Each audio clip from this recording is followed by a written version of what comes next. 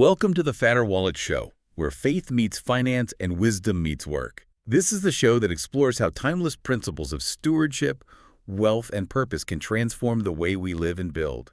And here at Fatter Wallets, we have conversations that bring biblical insight and practical strategies to the real-world challenges of money, business, and mindset, helping listeners grow in wisdom and wealth, God's way.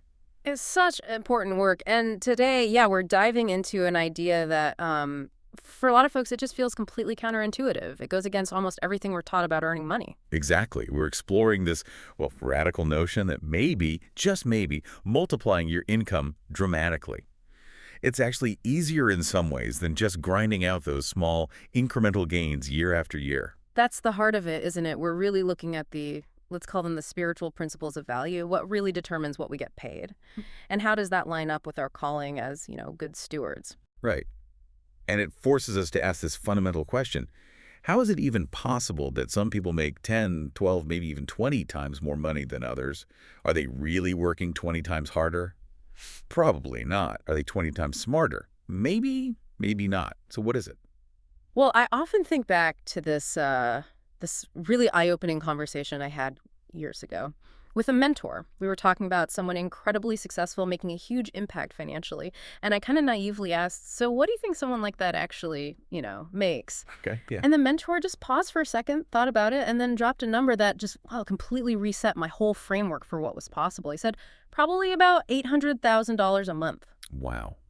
$800,000 a month. Yeah. Not a year. A month? That's not just raising the bar. That shatters the whole ceiling most people live under, doesn't it? It absolutely does. And the big idea that came out of that, the really radical thought we want you to wrestle with today is this.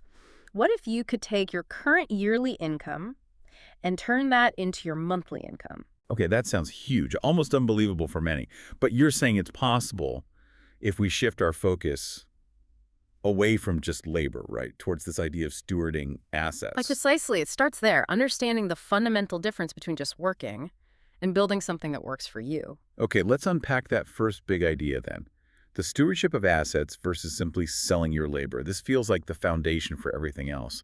You mentioned a personal breakthrough, a big paradigm shift for you back in, April 99? Yeah, April 1999. It was encountering let's say, a foundational perspective on wealth creation. And looking back, if I had to boil it all down, distill the single most critical theme from that moment, it was this. You absolutely must focus your energy on creating income-producing assets. Income-producing assets, not just income. Not just earning income directly. It sounds simple, right? But it's a fundamental redirect of your energy. Before that point, my focus was, like most people's, how much can I earn? How can I work harder or smarter? After that moment, the question became, what things can I acquire or build or create that will earn money for me, whether I'm actively working or not? That's a huge shift. And it connects directly to stewardship, doesn't it? We're called to manage and multiply what we're given, not just our own effort, but the potential for growth. So based on that asset principle, what's the real difference you see between people who seem stuck financially and those building real wealth? It's often starkly simple when you look at it through this lens. Most people who struggle financially, their only income-producing asset. Their entire earning capacity is tied directly to their personal time, their physical presence, their immediate effort. If you don't show up, they don't get paid. Take a week off. Exactly. The income shrinks or vanishes. They're essentially trading their life hours, a finite resource that's always depleting, directly for money. That's the very definition of a scarcity model, financially speaking. Well, conversely, the wealthy, or maybe better put, the wise stewards, operating with that multiplication mindset. They use their resources differently. They invest their time, their capital, their energy into accumulating, building, or focusing on these income-producing assets. These could be businesses, systems, intellectual property, investments, things that generate revenue somewhat independently of their direct minute-by-minute involvement. And this leads to a core principle. Income follows assets. It's almost like a law of financial gravity. The more valuable, the more scalable the assets you control or steward, the greater the potential income flow becomes. It can become essentially limitless. It's the difference between stewarding your paycheck versus stewarding a system that generates paychecks. Okay, that makes sense. But now let's tackle the really provocative claim, the one that seems to fly in the face of common sense. You said, based on your own experience, that it's actually easier to make, say, $1 million a month than it is to make $1 million a year. That just sounds wrong. How does that work? Oh, I know. It sounds completely backwards, doesn't it? Because we're programmed to think bigger numbers mean exponentially harder work. But here's the counterintuitive truth. The friction involved in earning actually tends to decrease dramatically once you reach certain levels of scale and leverage. Friction decreases. Explain that. Okay, think about trying to earn $1 million a year. You're likely still relying heavily on what we'll call level 1 or level 2 resources, your own labor, your time, maybe managing a team through delegation.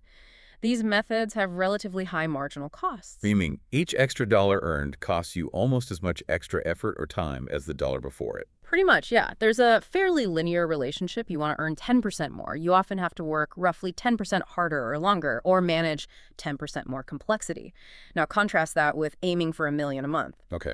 What changes? The resource you're primarily using changes. You're no longer generating income primarily through linear labor or even just delegation. You're generating it through highly leveraged assets, usually things like intellectual property, automated systems, scalable platforms, or maybe capital deployed strategically. Things where the cost to create it is separate from the cost to deliver it to one more person. Exactly. That's the key. The fixed cost of creating that digital course or that software or that book or that automated marketing funnel, that cost is basically the same whether it serves 10 people or 10 million people. If I spend, say, 100 hours building a brilliant online system, that's a sunk cost.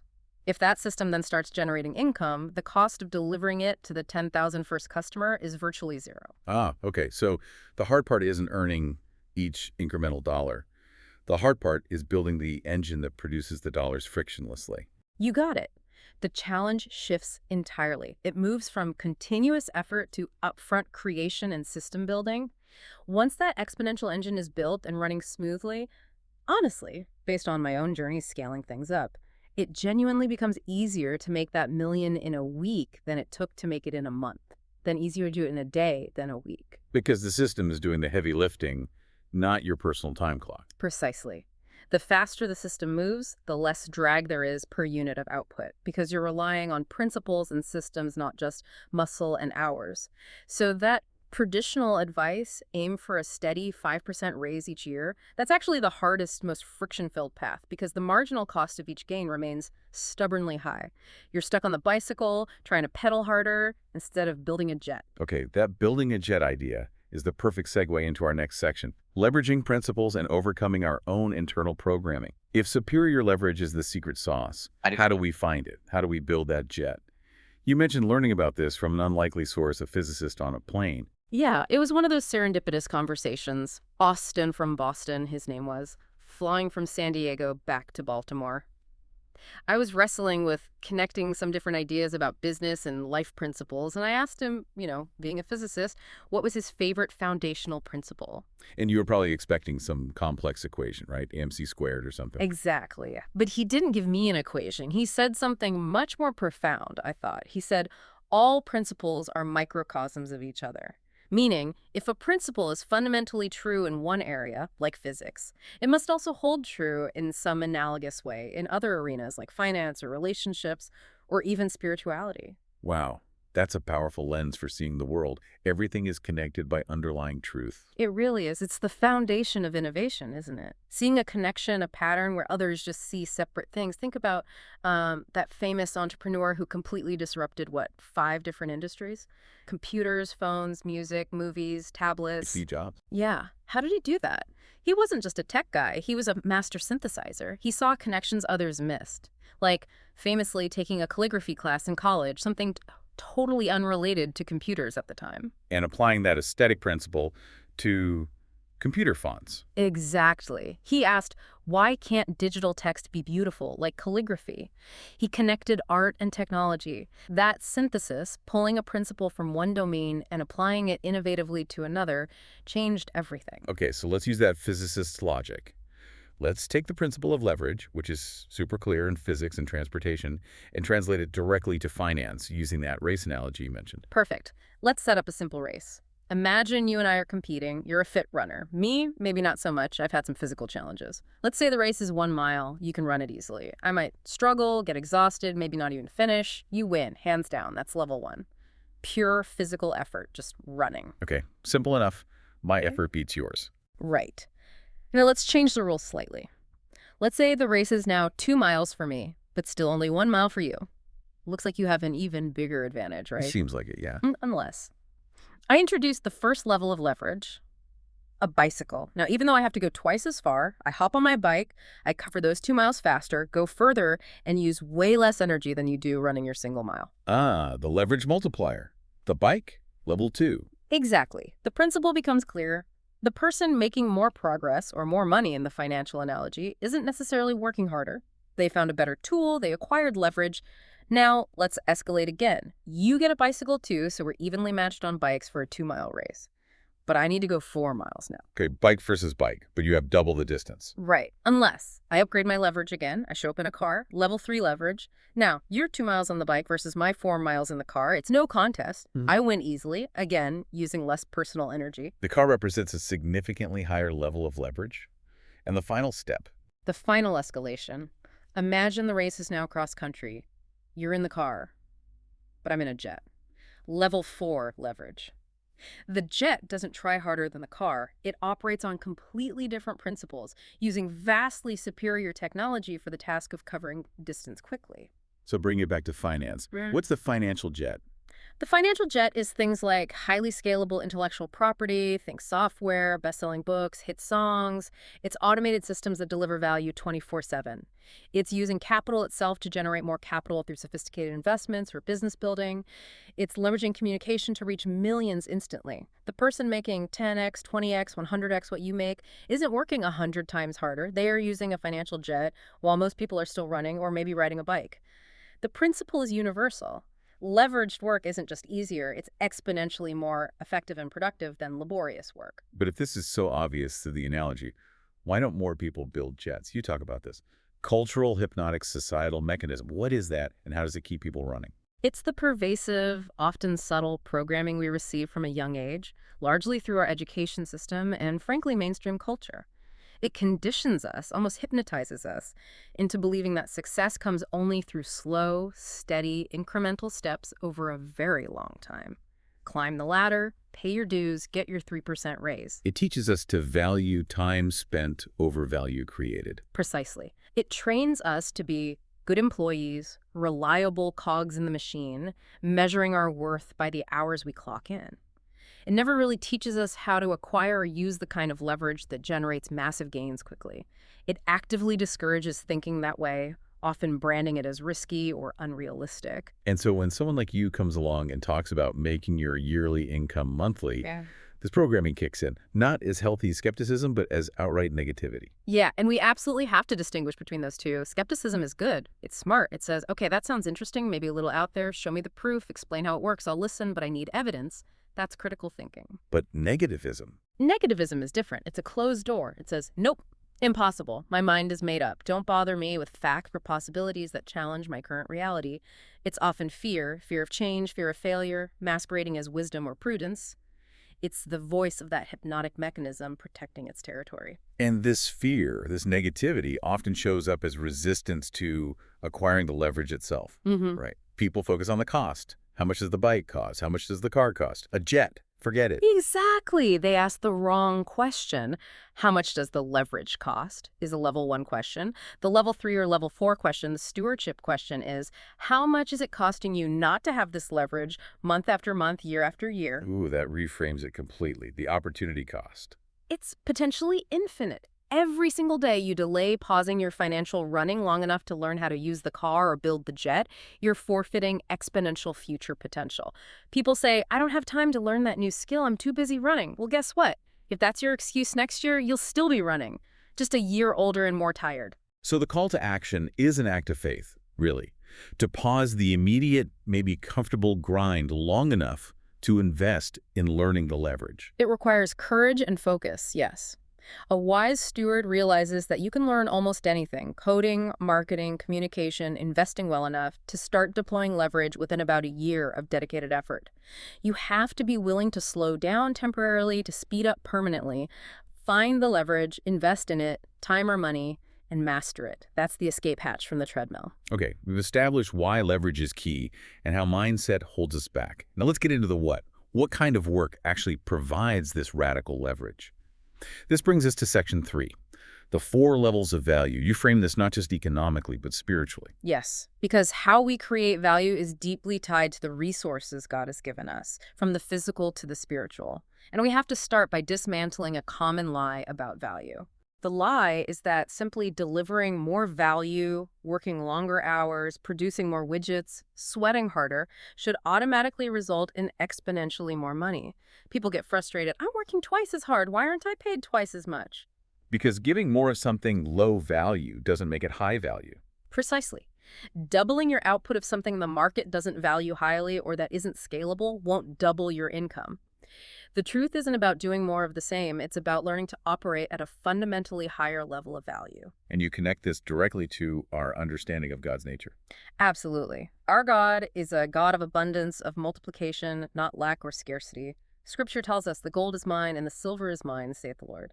That speaks to infinite resource, infinite potential.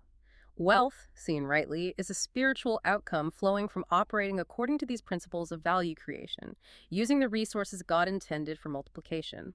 When we look at the type of resource used at each level, we see why some levels have inherent limits and others don't. Okay, let's break them down. Level 1, implementation. You call this the financial runner. What defines this level? Level 1 is defined by the resource combination, muscles multiplied by time. Think physical labor, direct service delivery.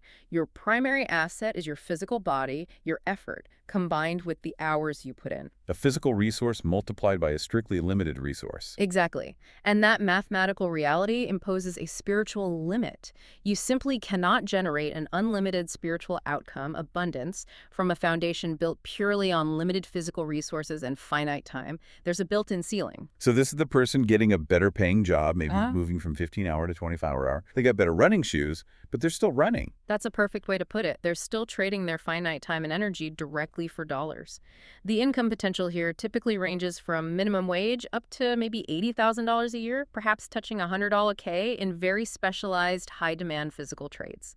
Essential work, vital to society, but inherently capped by the clock and physical presence. Okay, moving up. Level 2, unification.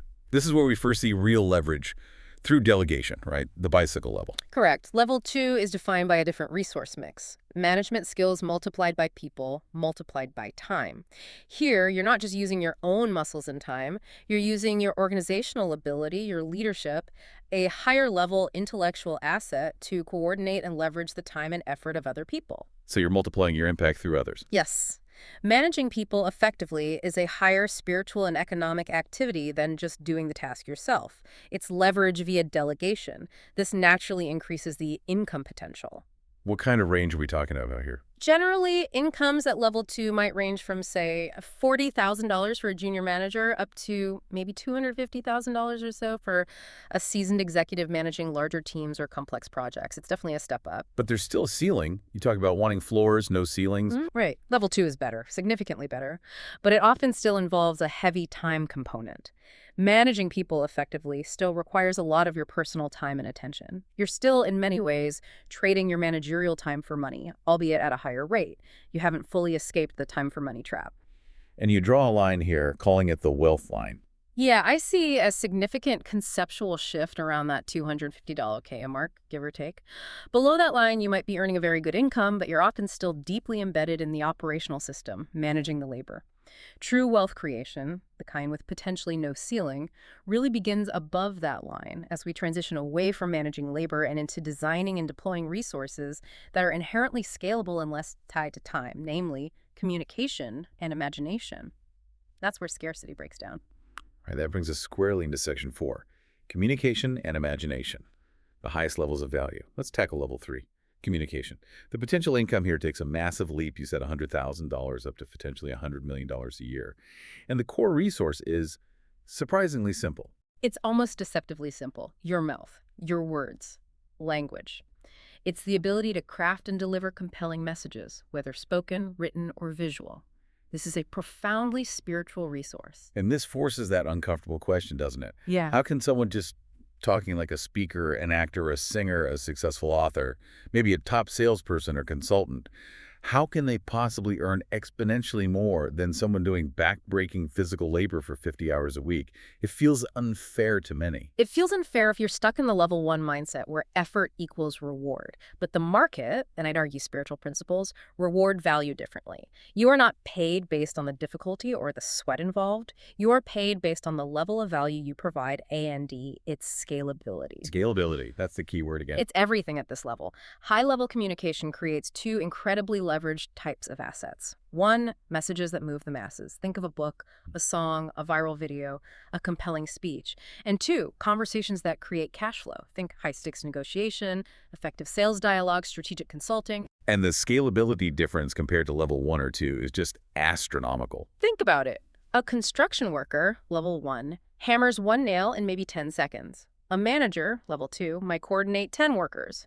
But a communicator, level 3, can craft one message, record one video, write one article, give one speech, and that single piece of communication can potentially reach and influence millions of people almost instantly, with virtually zero additional effort for each new person reached. Zero marginal cost. Yeah. That breaks the time barrier completely. Utterly. The moment you master language and communication as tools for influence and value delivery, you unlock the potential for impact and income that is completely untethered from your physical presence or the hours on the clock. And you draw a fascinating spiritual parallel here, connecting language to the nature of money itself. Well, think about currency.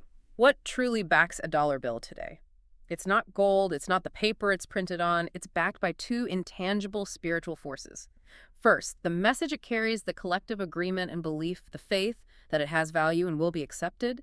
Second, the faith it creates in the holder that they can exchange it for goods and services. So both money and language rely on faith and shared meaning spiritual concepts. Exactly. Language is unique to spiritual beings, thus, and faith is a spiritual faculty.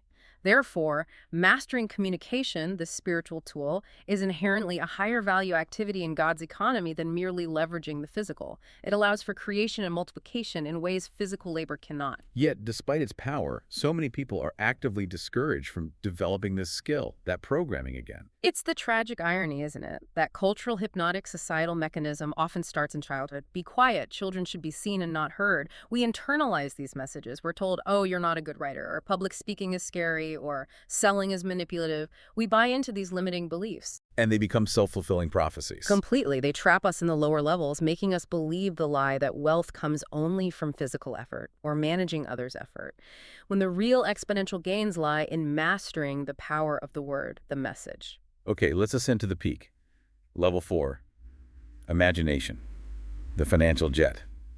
You put the income here from $1 million potentially up to trillions with a T. Yes, we had trillion-dollar companies now, driven by individuals operating at this level. The resource combination here is mind multiplied by money. It's using capital not just to buy existing assets, but to fund ideas, to architect systems, to create entirely new markets, to deploy capital in ways that generate exponential returns. It's thought leadership combined with strategic capital allocation. People operating here, they must see the world very differently. Recessions, market downturns, do they even register? On some level, sure, they adjust tactics, but fundamentally, no. People consistently operating at level 4 aren't really participating in recessions in the way most people experience them. They possess what I call financial aggression. Aggression? That sounds negative. It's not negative in this context. It's not recklessness. It's a relentless, proactive, faith-fueled drive for expansion and value creation. They see downturns not as threats, but as opportunities to acquire assets cheaply, to solve problems others are running from, to innovate. They use their capital and imagination to create economic activity, often reshaping entire industries in the process. For them, the only real limits are self-imposed the limits on their own thinking and imagination. You shared a powerful story about hitting one of those self-imposed limits yourself. Back in 2005, you'd achieved something incredible going from $6.25 an hour collecting trash to making $30,000 a month. That's life-changing money. I felt like I was on top of the world. I'd cracked the code, right? Made the leap. I went to this wealth retreat, feeling pretty proud, and I shared my story, my $30K a month success. And you were expecting applause. Congratulations. Yeah, and the mentor running it, he listened, smiled kindly, and said something like, wow, that's really good. You're doing great. You're just about to have a breakthrough to the really big money. Wait, he called $30,000 a month, not the really big money.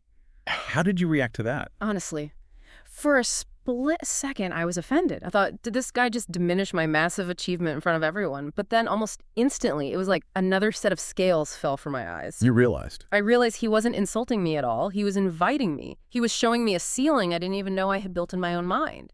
He revealed that there was a whole other level, an entire ecosystem of thinking and operating, where $30,000 a month, while fantastic, was considered just the starting point, the entry fee to where the truly exponential level 4 games were played. Wow. So that comment didn't push you down. It pulled you up by shattering a limitation. Instantly. It vaporized a mental governor I didn't know was there. It proved, yet again, that the most significant barriers we face are almost always the ones we construct in our own heads, the subconscious beliefs that make us hit the brakes right when we should be accelerating onto the runway. That ability to break through mental barriers, it doesn't just happen. It comes from commitment. Which brings us to Section 5, the path to Christ-centered success. And you make a crucial distinction between making a choice and making a decision. Yes, this is fundamental spiritually and practically. Most people make choices. Choosing means picking one option from several available possibilities. It implies you could always go back, pick another option if this one gets hard. It leaves room for retreat. Okay, so what's a decision then? A decision comes from the Latin root decider, which means to cut off. When you make a true decision, you metaphorically cut yourself off from any other possibility. You burn the boats. You say, this is the path. This is the outcome I am creating through God's grace and wisdom. There is no plan B. That level of commitment unlocks a different kind of focus, a different level of resourcefulness. And when that decision is aligned with purpose, with stewardship, suddenly those external things, people blame their background, their circumstances, perceived disadvantages. They lose their power. They become largely irrelevant as stopping factors. The limitation, 99% of the time, exists between your ears first. People live as if the barrier is out there, but it's the internal lack of a firm, cut-off decision that truly holds them back. An unshakable commitment, fueled by faith and focused on operating at levels 3 and 4. Honestly, external circumstances just don't have the power to stop that kind of momentum indefinitely. The only real barrier is the one you accept. So let's get practical. For someone listening right now who feels that stirring, who wants to make that decision to operate at level 3, the communication realm, and start creating those messages that move the masses, what's a tangible first step? You have to start creating and thinking deliberately. 2 key actions.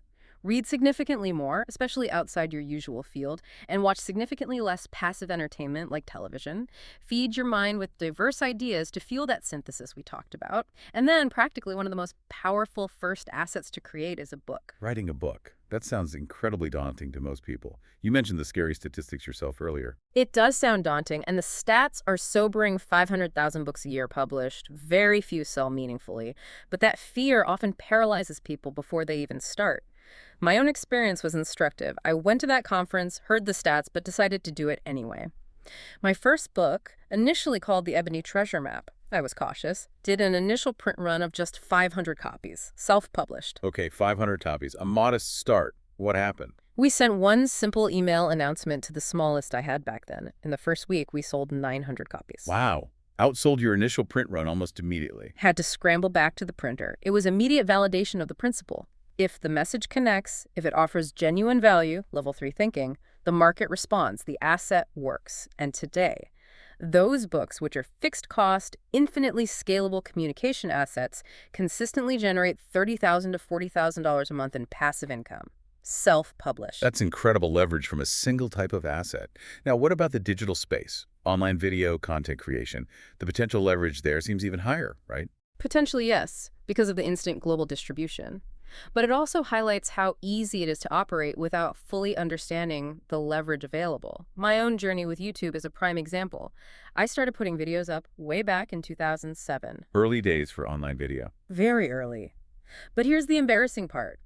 I honestly didn't even know you could monetize the platform, get paid for views through ads and things, until October of 2021. Wait, from 2007 to 2021, 14 years. 14 years. I was creating content, building an audience. We had almost 10,000 subscribers by then, but leaving potentially huge sums of money on the table simply because I hadn't connected the dots. I hadn't claimed the available leverage. So what happened when you finally flipped the switch and decided to be more intentional steward of that digital asset? I made a conscious decision, there's that word again, to be consistent, to produce 1 or 2 high-value focused videos every single week. We had about 10,500 subscribers when we really leaned into this consistently last year. The results were immediate and exponential. How exponential? The monthly revenue from the platform itself went from basically zero, then maybe $1,400 in the first full month after really committing. Then it jumped to $15,000, then $27,000, then $44,000. It's now settled into a consistent range of $35,000 to $50,000 per month just from the platform revenue. That's astounding growth from consistency and leveraging the platform. Huh. But you said earlier that substantial income is actually a small part of the bigger picture for your business. That's the crucial level 4 perspective. Yes, that $35K to $50K a month is significant income, absolutely, but it represents less than 5% of our overall business revenue. Its real strategic value isn't just the direct income. It serves as the highly automated, incredibly efficient lead generation engine for our higher value offerings. So the communication, level 3, directly fuels the imagination-based systems, Right. level 4. Precisely. I turn on a camera, I share valuable ideas, communication, and the system automatically attracts people worldwide who resonate with that message and are interested in the deeper solutions and transformations we provide through our programs and consulting, imagination systems. The communication creates the context for the high-value transaction. Which underlines your point that communication isn't just level 3, it's also the essential ingredient for success at level 4, imagination. Why is that link so unbreakable? It's simple neurologically, really. You can, unfortunately, speak without really thinking. We all see that happen. But you absolutely cannot think complex, abstract, imaginative thoughts, level 4, without using language, without words, level 3. Thinking happens in language. So to improve your thinking, your imagination, you have to improve your internal and external vocabulary, your communication skills. They are inextricably linked. The quality of your thinking is limited by the quality of your language. The two skills form a positive feedback loop that powers the ultimate leveraged asset, your mind, operating at the highest levels of value creation. So wrapping this up, what's the core strategy then for someone who wants to cultivate these level 3 and 4 skills? It loops back to Austin the physicist. Learn to connect seemingly unrelated ideas. Read voraciously across different fields. Train your mind to see patterns and synthesize information. Then critically figure out what principles of wisdom, finance, and stewardship genuinely work for you. Apply them. Get results. And then report those results, that hard-won wisdom, back to the marketplace using leveraged communication channels, books, videos, courses, coaching, whatever fits your calling. And the guarantee. The marketplace guarantee, rooted in spiritual principle, is this. The people who become the best communicators, armed with the best, most valuable ideas, will always be the ones who create the most value and, consequently, make the most money over the long term. That is how you raise your financial floor, eliminate the ceiling, and yes, potentially turn your yearly income into your monthly income. It starts with the decision and mastery of these higher levels. So as you close today, here's that final thought, that challenge for you to wrestle with, grounded in faithful stewardship. You stand at a crossroads, really. You have a decision to make. Are you going to keep running financially for the rest of your life, accepting the limitations, the friction, the scarcity ceiling of level 1 or maybe level 2, grinding it out for small gains? Or will you make the courageous decision today to pause that run just long enough to acquire the leverage, the skills, the assets, the mindset, and commit fully to the spiritual work of communication and imagination, to build your own financial jet that can take you towards freedom, abundance, and greater impact for the kingdom? That decision, the one where you cut off all other possibilities, it's entirely up to you. If you enjoyed today's discussion, be sure to subscribe and visit fatterwallets.com for more content, resources, and tools to help you live wisely and build wealth with purpose.